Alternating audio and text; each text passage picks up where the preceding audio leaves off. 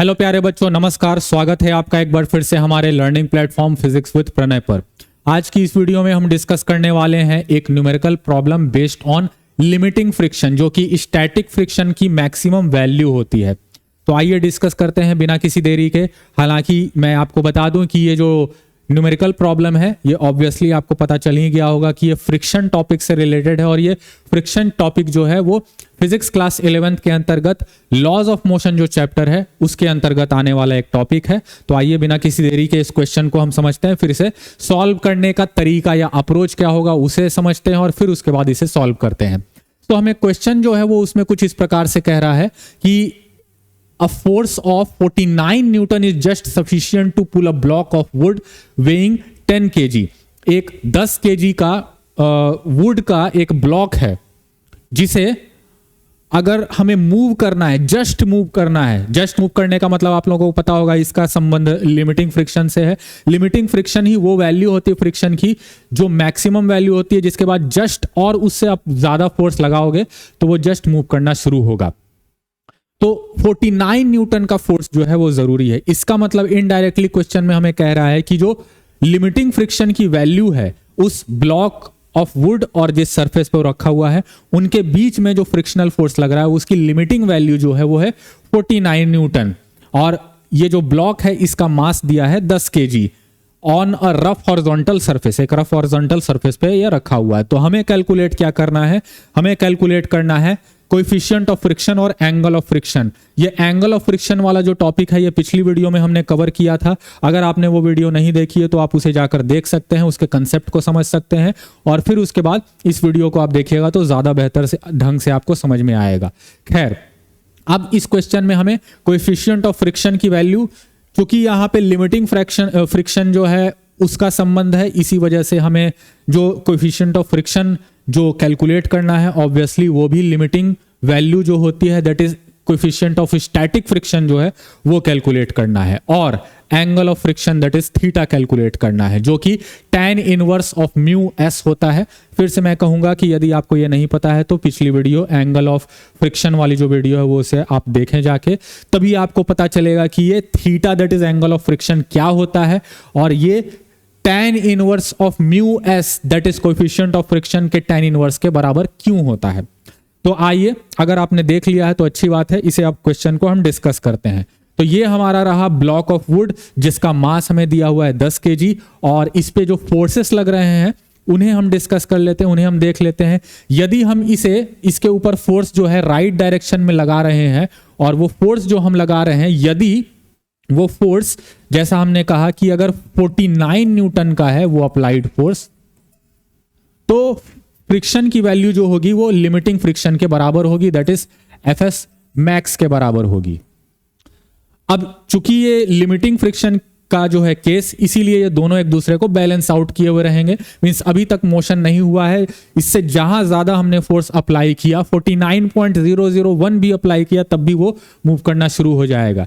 Vertical direction में यदि हम बात करें तो वर्टिकल डायरेक्शन में कोई मोशन नहीं है, इस वजह से वर्टिकल डायरेक्शन में जितने भी फोर्सेस लग रहे होंगे वो एक दूसरे को बैलेंस आउट कर देंगे। ऐसा नहीं है कि वर्टिकल डायरेक्शन में मोशन नहीं हो रहा है तो फोर्स नहीं है, बल्कि फोर्सेस हैं लेकिन वो एक दूसरे को बैलेंस आउट किए हुए हैं। और वो फोर्सेस क्या क्या हैं? ऑब्वियसली पहला फोर्स जो है वो ब्लॉक का खुद का weight, that is gravitational force, जिससे अर्थ उसे पुल कर रहा है अपने सेंटर के towards, which will be equal to mg, where m is its mass and g is acceleration due to gravity। अब यहाँ पे हमें क्वेश्चन में एक जो जानकारी दी हुई है उससे हमें समझ जाना है कि g की वैल्यू हमें 9.8 लेनी है, और वो जानकारी है कि फोर्स जो हमने अप्लाई किया है वो 49 न्यूटन। जब भी 7 के मल्टीपल्स में होता है जो भी फोर्स या जानकारी जो दी हुई होती है क्वेश्चन में, तो हमें समझ जाना है कि g की वैल्यू हमें 9.8 लेनी है। 5 या 10 के मल्टीपल्स में होता है तो उस केस में g की वैल्यू हमें 10 लेनी होती है। खैर, ये हो गया W। अब R जो है दैट इज नॉर्मल रिएक्शन, वो भी प्रोड्यूस होगा, क्योंकि जब ये ग्राउंड को नीचे की ओर पुश कर रहा है ब्लॉक अपने वेट की वजह से, तो ग्राउंड उसे नॉर्मल रिएक्शन देकर ऊपर की ओर पुश करेगा, न्यूटन्स थर्ड लॉ, और ये दोनों एक दूसरे को बैलेंस आउट किए हुए हैं।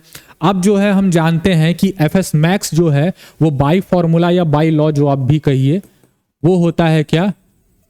वो होता है mu S multiplied by R के बराबर। यहां पे म्यू एस जो है इसकी वैल्यू हमें कैलकुलेट करनी है, that is coefficient of static friction. अब एफ एस मैक्स जो है वो अप्लाइड फोर्स के बराबर है, दैट इज 49 न्यूटन, तो इसकी जगह हम 49 पुट कर देते हैं।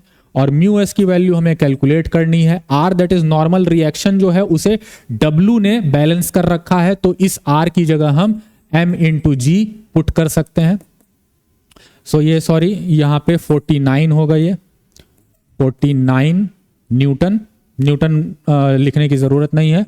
सो 49 will be equal to mu S into M, that is mass block का जो है हमें दिया हुआ था 10 kg, तो इसकी जगह हम 10 पुट कर सकते हैं और जी की जगह हम 9.8 पुट कर सकते हैं। सो यहां से 9.8 से हम डेसिमल हटाकर 10 कैंसिल आउट कर देते हैं, तो यहां से म्यू एस जो है इसकी वैल्यू हो जाएगी 49/98, और ये एग्जैक्टली जो है ये 2 बार कट जाएगा, सो ये 1/2 हो जाएगा इसका वैल्यू, यानी coefficient of static friction 1/2 that is 0.5 हो गया। अब इसके बाद जो है हमें क्या करना है, अब इसके बाद जो बाकी प्रोसेस है वो काफी आसान है, क्योंकि हम जानते हैं कि जो थीटा है दैट इज लेट, इसे मान लेते हैं let theta equal to angle of friction जो हमें कैलकुलेट करना था,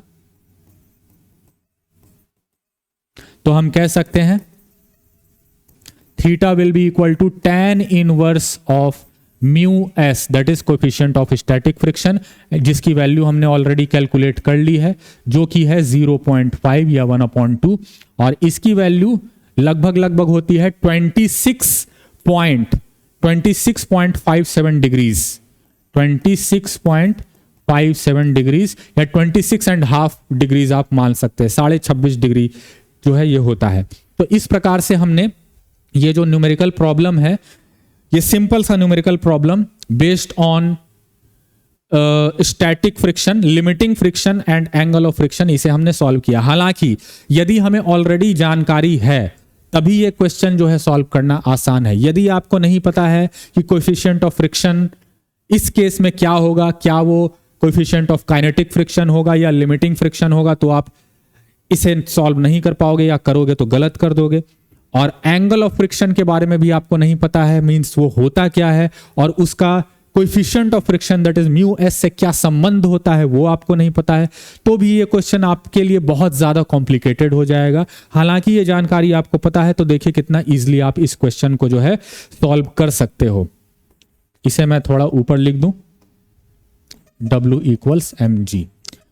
सो उम्मीद है आपको इस क्वेश्चन के जरिए जो लिमिटिंग फ्रिक्शन है और एंगल ऑफ फ्रिक्शन है इसके कंसेप्ट को और बेहतर ढंग से समझने में आसानी हुई होगी। यदि आपका अभी भी कोई डाउट रह गया हो तो मुझे नीचे कमेंट सेक्शन में जरूर बताएं, मैं उसे सॉल्व करने की कोशिश करूंगा। यदि आपका किसी और टॉपिक से रिलेटेड कोई और डाउट हो जो कि क्लास 11th या 12th या जेई या नीट से संबंधित हो, तो वो भी आप मुझे नीचे कॉमेंट सेक्शन में बता सकते हैं। यदि आप किसी टॉपिक पर, पर्टिकुलर टॉपिक पर डेडिकेटेड वीडियो भी चाहते हैं तो वो भी आप मुझे नीचे कमेंट सेक्शन में विदाउट एनी हेजिटेशन बता सकते हैं। मैं मिलूंगा आपसे अगली वीडियो में एक और नए टॉपिक के साथ। तब तक के लिए नमस्कार, जय हिंद, जय भारत।